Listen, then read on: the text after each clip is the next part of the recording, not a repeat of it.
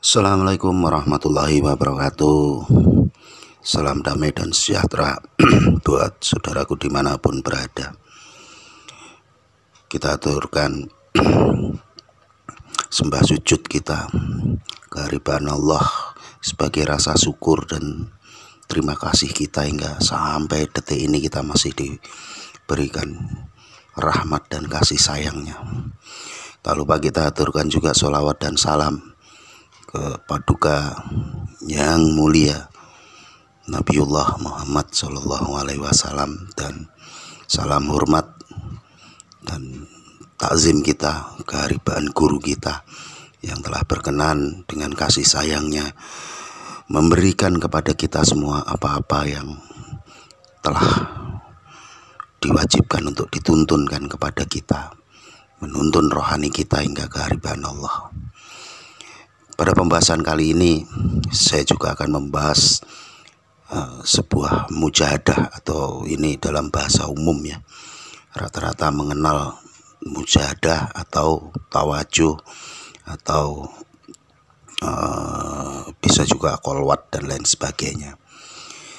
Setelah kita menemukan guru mursyid atau guru yang kamil mukamil, maka kita harus melaksanakan kesungguhan-kesungguhan dalam kita menjalankan. Karena kesungguhan dalam menjalankan Islam mulia raya ini sangat diperlukan. Seperti diungkap dalam Quran surat Al-Maidah 35. Yang artinya, hai orang-orang yang beriman, bertakwalah kepada Allah dan carilah wasilah atau metode untuk mendekatkan diri kepadanya. Dan bersungguh-sungguhlah atau bermujahadalah, bersungguh-sungguhlah beramal dalam jalannya dengan metode itu, supaya kamu menang atau kamu beruntung. Seruan atau panggilan untuk orang-orang yang percaya atau beriman. Tentu yang tidak percaya tak akan terpanggil untuk menjalankan kesungguhan dalam beramal di jalannya. Dan setelah mereka beriman, harusnya taat atau takwa, yaitu menjalankan perintahnya dan menjauhi larangannya. Itu saja belum cukup, karena kita disuruh menemukan wasilah, cara atau metode untuk bisa mendekatkan diri kepada Allah, yaitu kita dengan menjalankan tarikatullah atau kita masuk tarikatullah, yang mana di dalam tarikatullah lebih dominan pada berzikirullah dengan amalan-amalan yang telah terbimbing oleh wali mursyidnya, dengan amalan-amalan yang telah terbimbing oleh guru mursyidnya, di mana rohaninya bersambung kepada arwahul muqaddasah Rasulullah, arwah roh dari Nabi Muhammad. Dan roh tersebut tidaklah mati, fisik atau jasmani sudah mati. Jadi sudah masuk tarekat, sudah menemukan metode atau cara atau wasilah yang benar pun, itu masih belum cukup.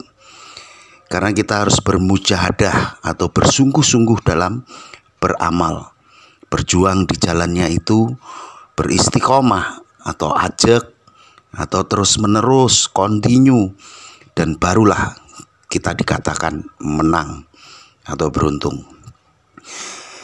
Kita menang melawan apa? Yaitu menang melawan keburukan, hawa nafsu, diri sendiri, egoisme, dan lain sebagainya, yang tentunya itu semua berasal dari setan. Demikian pula dalam surat Al-Ankabut dijelaskan. Kami ulang, dalam surat Al-Ankabut 69 dijelaskan yang artinya orang-orang yang beriman bersungguh-sungguh atau bermujahadah dalam menuntut keridhaan kami, niscaya kami tunjukkan jalan-jalan atau metode-metode kami kepada mereka, dan sesungguhnya Allah beserta dengan orang-orang yang berbuat ihsan. Demikianlah saudaraku.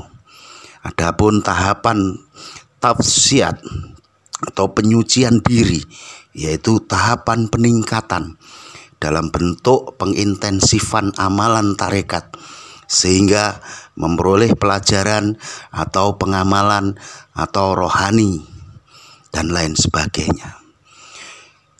Kalau di dalam ajaran tarekat kita ada PR atau pekerjaan rumah yang harus kita kerjakan setiap hari sesuai dengan kajinya yang telah diberikan oleh guru kita. Dan kita juga ada agenda tawajuh, agenda suluk dan lain sebagainya. Kesemuanya itu adalah mengacu untuk pembersihan rohani kita, pembersihan diri kita. Maka jika kita istiqomah dalam ketiga-tiganya, atau mungkin kita kontinuitas dalam ketiga-tiganya, maka kita akan menemukan kemenangan di dunia wal akhirat. Dan untuk memperoleh pelajaran ataupun pengalaman rohani bisa juga melalui taholi atau takhali, mengosongkan diri dari sifat atau perangai tercela dan rendah serta maksiat lahir batin, yaitu bersih dari najis dan hadas, maksiat lahir batin, serta hati robaniyah dan lain-lain. Yang kedua kali, bisa dengan tahali, mengisi diri dengan sifat-sifat terpuji dan taat lahir dan batin menuju hakikat yang bersyariat, bertarikat dan berhakikat, mendekat dan mengenal Allah menuju makrifat. Dan yang ketiga adalah tajali atau percikan terang dari zat nur Allah, merasakan akan rasa ketuhanan dan sampai memperoleh pada suatu kenyataan nur Allah beserta nur Muhammad dan cahaya Allah, ma'rifatullah, masuknya bayang-bayang al-haq dan al-qalb ke dalam hati sebagai puncak segala tujuan. Sahabat dan saudaraku yang baik dimanapun berada, teknologi Al-Quran memang tersimpan dalam tarekatullah yang asli dan lurus.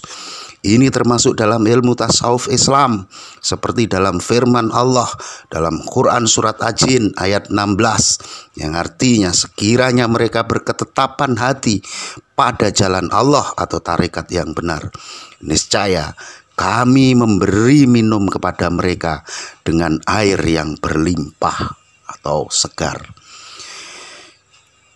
Dan bahwasanya jika mereka selalu tetap berdiri teguh memakai cara metode yang tepat dan benar dalam tarekat yang benar, maka Allah akan melimpahkan untuk mereka minum air yang segar, hujan lebat dari langit. Dan apabila kemudian ada berita dari orang-orang fasik agar diperiksa dahulu dengan seksama. Jadi kalau kita mendapat berita dari orang fasik, ya kita harus periksa dulu dengan seksama. Kita lihat juga dalam Quran surat Al-Hujurat ayat 6, yang artinya, hai orang-orang yang beriman, apabila orang-orang fasik datang membawa berita kepadamu, maka periksalah lebih dahulu dengan seksama, supaya kamu jangan sampai mencelakakan orang lain tanpa mengetahui keadaannya, sehingga kamu akan menyesal atas kecerobohanmu itu. Sahabat dan saudaraku yang baik, sangat merugi apabila kita sebagai orang yang beriman berprasangka buruk atau mengolok-olok mereka yang masuk tarekat, yang bisa dalam konotasi lain bertaubat dan mengamalkan zikirullah, seperti firman Allah dalam Quran surat Al-Hujurat 11, yang artinya, hai orang-orang beriman, janganlah kamu suatu kaum mengolok-olokkan kaum yang lain, karena boleh jadi mereka yang diolok-olok lebih baik dari mereka yang mengolok-olokkan. Dan ayat ini berlanjut pada Al-Hujurat ayat 12, yang artinya juga kurang lebih, hai orang-orang beriman, jauhilah kebanyakan dari prasangka. Sesungguhnya sebagian prasangka itu adalah dosa. Dan janganlah kamu mencari-cari kesalahan orang lain, dan janganlah sebagian kamu menggunjing sebagian yang lain. Sangat jelas sahabat dan saudaraku, Sesungguhnya tarekat itu berada di dalam Islam. Tarekat itu merupakan intipati daripada Islam. Ajarannya merupakan pemisah pembatas tentang yang hak dan yang batil, tentang yang hak dan yang batal, terutama bagi penganut tarekat dalam seluruh aspek berpikir, bersikap, bertindak, dan bersikir. Bertolak dari ajaran Islam mazhab Imam Syafi'i yang bernafaskan akhlak Islam, hak ataupun kewajiban, sebagaimana sasarannya tauhid, sehingga menjadi hamba Allah yang bersikap ilahi anta maksudi waridho kamat lubi. Ya Allah, hanya Engkau yang kami tuju dan keridhoanmu yang kami maksud. Adapun terjadi sesuatu kekeramatan, hal ini bukan tolok ukur kekeramatan, bukan sasaran daripada tarekat itu sendiri. Kekeramatan dalam segala bidang bukan tujuan, tetapi sekedar merupakan pembuktian bagi umat Islam tentang kebenaran ajaran itu sendiri. Bukti tersebut harus dikelola secara benar, yaitu yang pertama adalah untuk menambah keyakinan atau tauhid kita, untuk meyakini al-haq tauhid kepada Allah. Yang kedua, untuk memotivasi menyebarluaskan kebenaran itu. Yang ketiga, menambah unsur keislaman, keimanan, ketakwaan, keiksanan, dan keakhlakan. Dan yang keempat, meningkatkan amal dan ibadah. Yang kelima, menambah wawasan pengetahuan Islam. Yang keenam, giat berkarya dan berubudiah. Dan yang terakhir, membuat bahagia dan optimis dalam kehidupan. Segala sesuatu di luar ajaran Islam tentunya akan menjadi hukum yang batal. Demikian saudaraku. Jadi kita bertarekat bukan mencari kehebatan, kita bertarekat bukan mencari kekeramatan, kita bertarekat juga bukan mencari agar kita kaya, agar kita disegani, dihormati, dan lain sebagainya.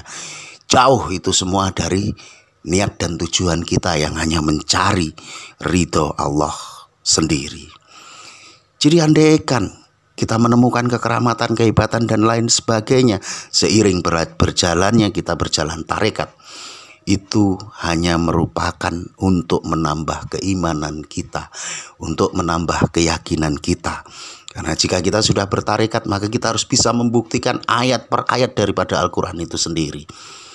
Sahabat dan saudaraku yang baik, demikian kita kupas tentang mujahadah, tentang tawajuh, tentang qalwat, dan lain sebagainya.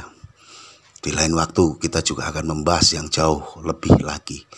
Salam damai, salam hormat dari kami, Majelis Zikirullah Arwahul Muqaddasah Rasulullah Sallallahu Alaihi Wasallam, Alkah Waliul Amri. Wassalamualaikum warahmatullahi wabarakatuh.